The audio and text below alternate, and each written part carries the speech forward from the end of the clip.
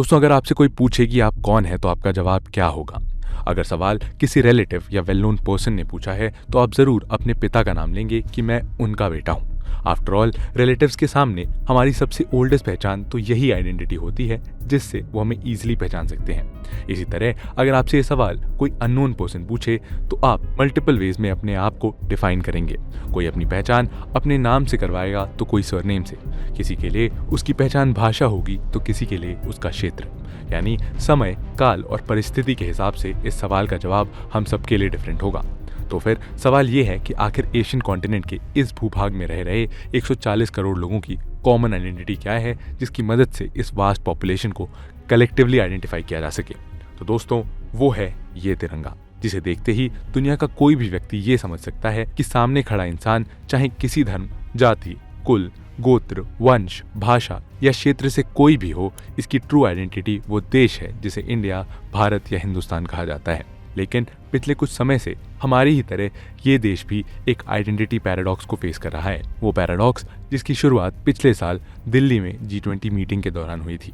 दरअसल जब पिछले साल सितंबर में इंडिया ने अपने फर्स्ट G20 समिट को होस्ट किया था, तब इंडिया वर्सेस भारत की कंट्रोवर्सी इस मीटिंग का एक हाईलाइटेड पॉइंट रही थी। इस डिबेट की शुरुआत का कारण था सरकार द्वारा अपने कई ऑफिशियल डॉक्यूमेंट्स, नेम प्लेट्स और होर्डिंग्स पर इंडिया की जगह भारत शब्द का इस्तेमाल करना। एग्जाम्पल के लिए प्रेसिडेंट द्रौपदी मुर्मू ने मीटिंग अटेंड करने आए फॉरेन लीडर्स को जो डिनर इन्विटेशन भेजा था, उसमें प्रेसिडेंट ऑफ इंडिया को प्रेसिडेंट ऑफ भारत से रिप्लेस किया गया था। सिमिलरली इस इवेंट के ठीक बाद जब पीएम मोदी आसियान समिट को अटेंड करने गए थे तो वहां भी उनके नाम के आगे प्राइम मिनिस्टर ऑफ इंडिया की जगह prime minister of Bharat title mention किया गया था। लेकिन ये सिलसिला यही नहीं रुका दोस्तों, बल्कि इसके बाद सरकार ने कई इंपॉर्टेंट प्लेसेस पर इंडिया वर्ड वाली ट्रेडिशनल प्रैक्टिस को छोड़कर भारत शब्द का इस्तेमाल किया। जैसे मस्कट में मौजूद एम्बेसी में जहां पहले भारत शब्द देखने को मिलता था, वहां अब एम्बेसी ऑफ इंडिया के ऊपर देवनागरी लिपि में भारत का दूतावास टर्म को जगह दी गई है। सिमिलरली जब पिछले साल सरकार ने 3 नए कानून बिल लेकर आए तो उन्हें भी इंडियन पीनल एक्ट के बजाय भारतीय न्याय संहिता बिल 2023 के नाम से इंट्रोड्यूस किया गया था। और अब रिसेंटली ये खबर सामने आ रही है कि शायद NCERT जल्द ही अपनी बुक्स में इंडिया की जगह भारत वर्ड का इस्तेमाल करेगी, जिसके चलते इंडिया वर्सेस भारत का ये विवाद एक बार फिर गर्मा गया है। ऐसे में सवाल है कि आखिर यहाँ पर सही विकल्प क्या है, इंडिया या भारत? हम अपने आप को क्या कहकर बुलाएं, इंडियंस या भारतीय? क्या है इस 140 करोड़ जनसंख्या वाले देश की ट्रू आइडेंटिटी? आइए जानते हैं आज के इस वीडियो में। नमस्कार दोस्तों, मैं हूं शशांक पांडे और आप देख रहे हैं world affairs, the paradox of India versus Bharat. दोस्तों, वैसे तो इंडिया वर्सेस भारत का ये डिबेट इतना सब्जेक्टिव है कि इससे जुड़े रीजंस और आर्ग्यूमेंट्स सबके लिए अलग हो सकते हैं। लेकिन आज हम इस पैराडॉक्स को 2 तरीके से एनालाइज करेंगे, एक इसके हिस्टोरिकल बैकग्राउंड को जान के और दूसरा इसके साथ जुड़े कॉन्स्टिट्यूशनल फैक्टर्स को समझ के। दोस्तों, हिस्टोरिकली बात करें तो नॉर्थ में हिमालयन रेंज से, साउथ में इंडियन ओशन और वेस्ट में सिंध या हिंदू कुश रेंज से लेकर ईस्ट में पूर्वांचल के इस पूरे भूभाग को 2 नॉमेनक्लेचर से डिफाइन किया गया है।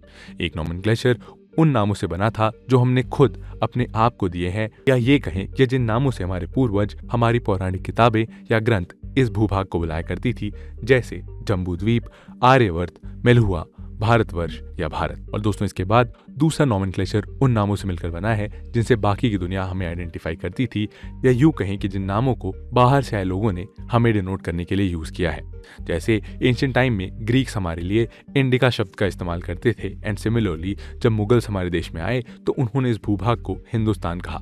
अल मसूदी से लेकर अल बेरूनी और हसन निजामी जैसे मेडिवल पीरियड के राइटर्स के काम में अल हिंद या हिंद जैसे शब्दों का जिक्र मिलता है। इसी तरह जब यूरोपियन शक्तियां यहाँ आई तो उन्होंने इस एरिया को इंडिया कहा। एग्जाम्पल के लिए मार्को पोलो जैसे एक्सप्लोरर ने भी अपने काम में इंडिया शब्द का ही इस्तेमाल किया था। ऐसे में हमारा आसानी या यूं कहें कि सबसे सूटेबल नाम कौन सा है? सबसे पहले अगर हम जम्बूद्वीप शब्द की बात करें तो जम्बूद्वीप का literal meaning the land of jambu trees होता है, यानी ऐसा लैंड जहां सिजीशियम क्यूमिनी स्पीशीज या कॉमनली मालाबार प्लम या जामुन कहा जाता है, उसके खूब सारे पेड़ हो। इस शब्द का उल्लेख हमारी पौराणिक किताबों में भी मिलता है, जिसकी झलक हमारी प्राचीन वास्तुकला में भी देखी गई है। उदाहरण के लिए मार्कंडे पुराण और ब्रह्मांड पुराण में आज के इंडिया या भारत समेत इस पूरे रीजन को जम्बूद्वीप कहा गया है।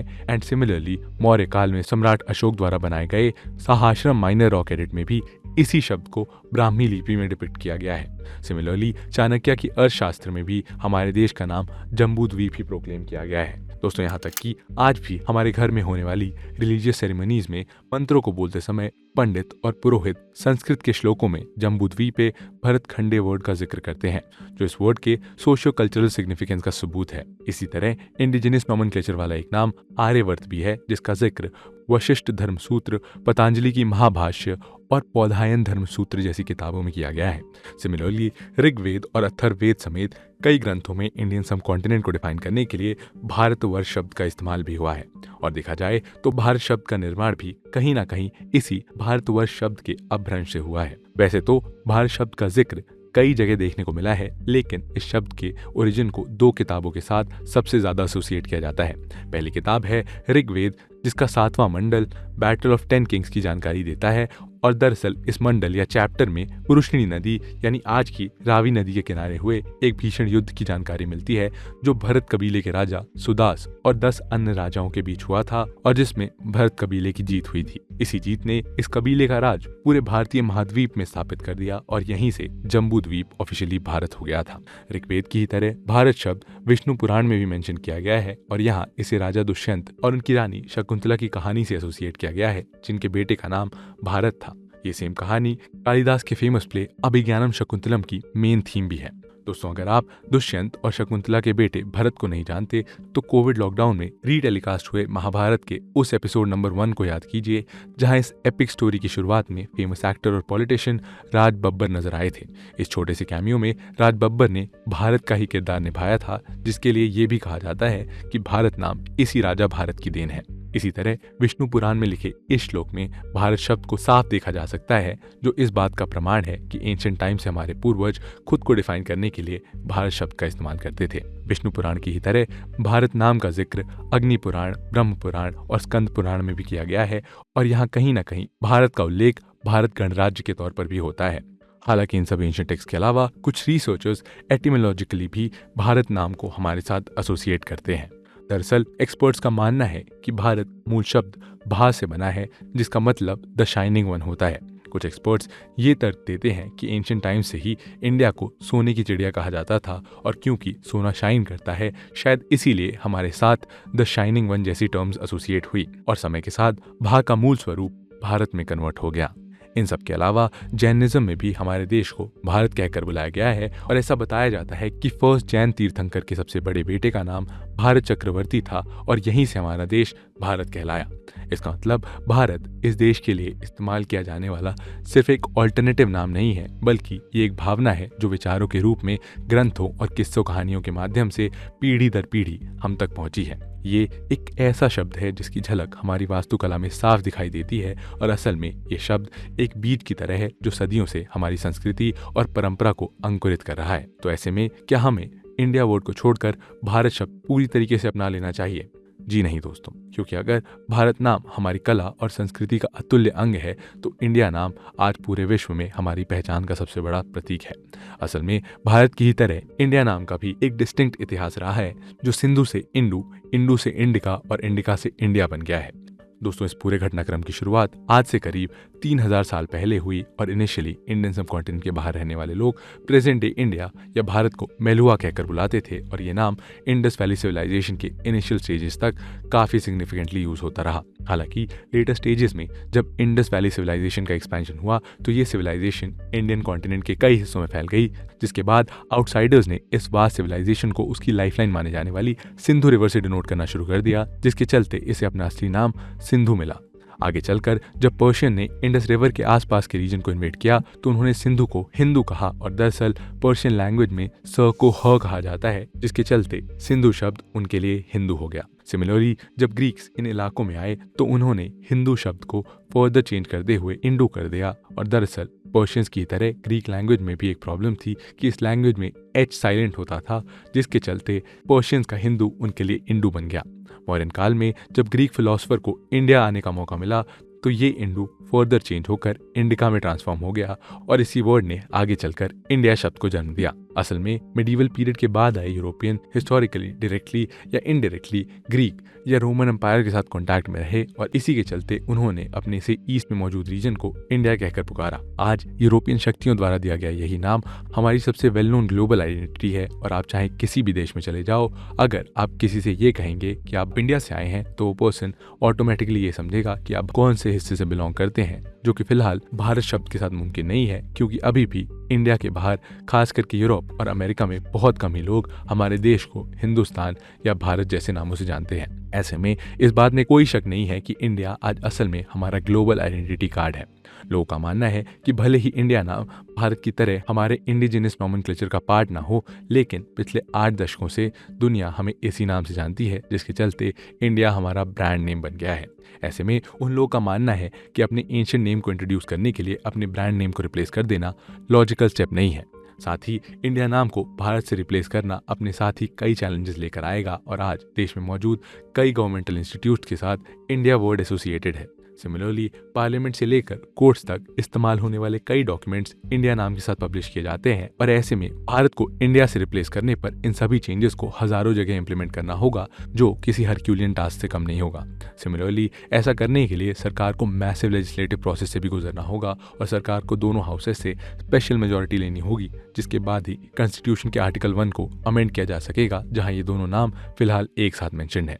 ऐसे में लोगों का मानना है कि जब देश में ऑलरेडी कई सारे इंपॉर्टेंट टास्क पेंडिंग है, तो फिर क्यों बेवजह इंडिया वर्सेस भारत का ये पंडोरा बॉक्स खोला जाए।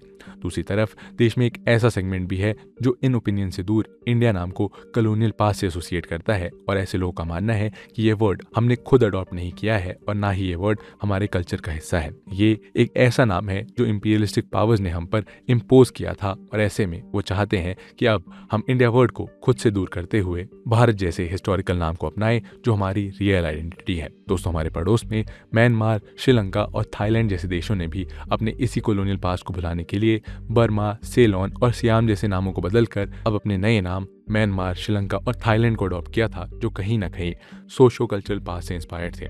साथ ही उनका कहना है कि जब देश में मौजूद राज्यों के नाम बदल सकते हैं तो फिर देश का नाम क्यों ना बदला जाए। भारत नाम के साथ खड़े लोगों का ये भी तर्क है कि किसी जगह का नाम वहाँ रहने वाले लोगों की प्राइड के साथ जुड़ा होता है और अब क्योंकि भारत नाम हमारे ग्लोरियस पास्ट और हमारी डायनामिक कल्चर से ज़्यादा क्लोजली एसोसिएटेड है, इसीलिए हमें इसी नाम का इस्तेमाल करना चाहिए। और साथ ही हमारे नेशनल एंथम में भी भारत भाग्य विधाता वाली लाइन और हमारे हाईएस्ट सिविलियन अवार्ड का नाम भारत रत्न होना ये साफ कर देता है कि दिल से आज भी इंडिया से ज़्यादा हम भारत नाम से रिलेट करते हैं। ये सभी सवाल, आर्ग्यूमेंट्स और काउंटर आर्ग्यूमेंट्स अपने आप में बड़े गंभीर हैं और ऐसे में इंडिया वर्सेस भारत मुद्दे को बेहतर तरीके से एनालाइज करने के लिए हमें इसके कॉन्स्टिट्यूशनल बैकग्राउंड को जानना होगा। India versus Bharat on constitutional ground. दोस्तों, अगर आप हमारे कॉन्स्टिट्यूशन को उठाकर देखें तो उसके पहले आर्टिकल यानी आर्टिकल 1 में आपको ये पंक्तियां साफ नजर आएंगी, इंडिया दैट इज भारत, जिसका मतलब है इंडिया जो भारत है। यानी हमारे फोर फादर्स या कॉन्स्टिट्यूशनल मेकर्स ने इंडिया और भारत दोनों शब्दों को इस किताब में जगह दी है। लेकिन क्या ये काम इन लोगों के लिए इतना आसान था? दरअसल दोस्तों, आज जिस तरह हमारे देश में इंडिया वर्सेस भारत की डिबेट छिड़ी है, वैसी ही कुछ सिमिलर प्रॉब्लम इंडिपेंडेंट इंडिया के कॉन्स्टिट्यूशन को फ्रेम कर रही ड्राफ्टिंग कमेटी के सामने भी आई थी। एक तरफ सेठ गोविंद दास, शिवबन लाल सक्सेना और कनकपति त्रिपाठी जैसे कुछ लोग थे जिनका ये मानना था कि हमें अपने संविधान में भारत शब्द का इस्तेमाल करना चाहिए। वहीं गोविंद वल्लभ पंत ने तो भारत या भारतवर्ष जैसे नाम प्रपोज किए थे और उनका तर्क था कि भारत नाम हमारे हिस्ट्री और कल्चर के साथ ज़्यादा फिट होता है और महात्मा गांधी की लीडरशिप में हमने आज़ादी की लड़ाई भी भारत माता की जय जैसे स्लोगन्स के साथ ही लड़ी थी, इसीलिए कॉन्स्टिट्यूशन में देश को भारत नाम से डिनोट किया जाना चाहिए। दूसरी तरफ ऐसे मेंबर्स थे जिनका ये मानना था कि इंडिया वर्ड मॉडर्न कंटेक्स्ट में देश के साथ ज़्यादा सूटेबल रहेगा, क्योंकि इस वर्ड से ऑलमोस्ट पूरा यूरोपियन कॉन्टिनेंट वाकिफ है और भारत की बजाय इंडिया को ईजिली प्रोनाउंस किया जा सकता है और इसीलिए हमें आर्टिकल 1 में इंडिया शब्द को जगह देनी चाहिए। 17 नवंबर 1948 से शुरू हुआ ये डिबेट कई दिनों तक चलता रहा, जहां दोनों ही पक्ष अपने अपने आर्ग्यूमेंट्स लेकर सामने आए। इस दौरान देश को हिंदुस्तान यूएसए की तरह यूनाइटेड स्टेट्स ऑफ इंडिया या यूएसएसआर की तरह union of Indian socialist Republic कहने जैसे प्रपोजल्स भी सामने आए। हालांकि इन हीटेड आर्ग्यूमेंट्स को देखते हुए फाइनली ये डिसाइड किया गया कि कॉन्स्टिट्यूशन में इंडिया और भारत दोनों वर्ड्स को जगह दी जाएगी। लेकिन ये मैटर यहीं खत्म नहीं हुआ दोस्तों।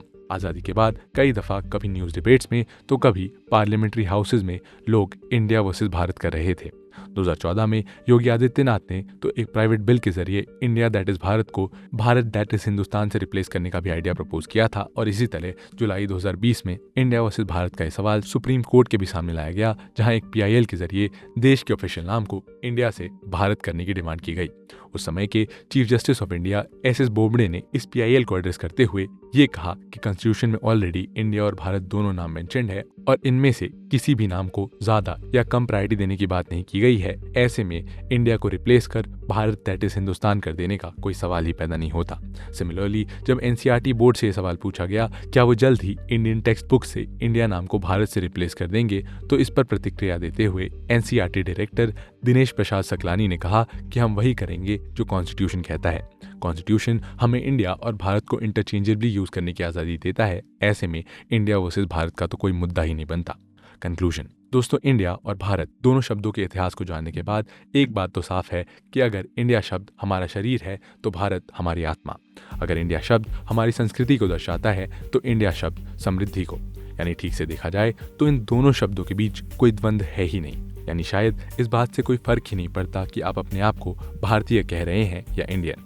फिर भी इंडिया वर्सेस भारत के इस डिबेट पर आपकी क्या राय है? आप खुद को इंडियन, भारतीय या हिंदुस्तानी में से क्या कहना पसंद करेंगे, या आप इन तीनों को ही अपने साथ एसोसिएट करते हुए देखना चाहेंगे? कमेंट सेक्शन में ज़रूर बताइए। मिलते हैं आपसे ऐसे ही एक और इंटरेस्टिंग और इन्फॉर्मेटिव वीडियो के साथ। तब तक के लिए जय हिंद।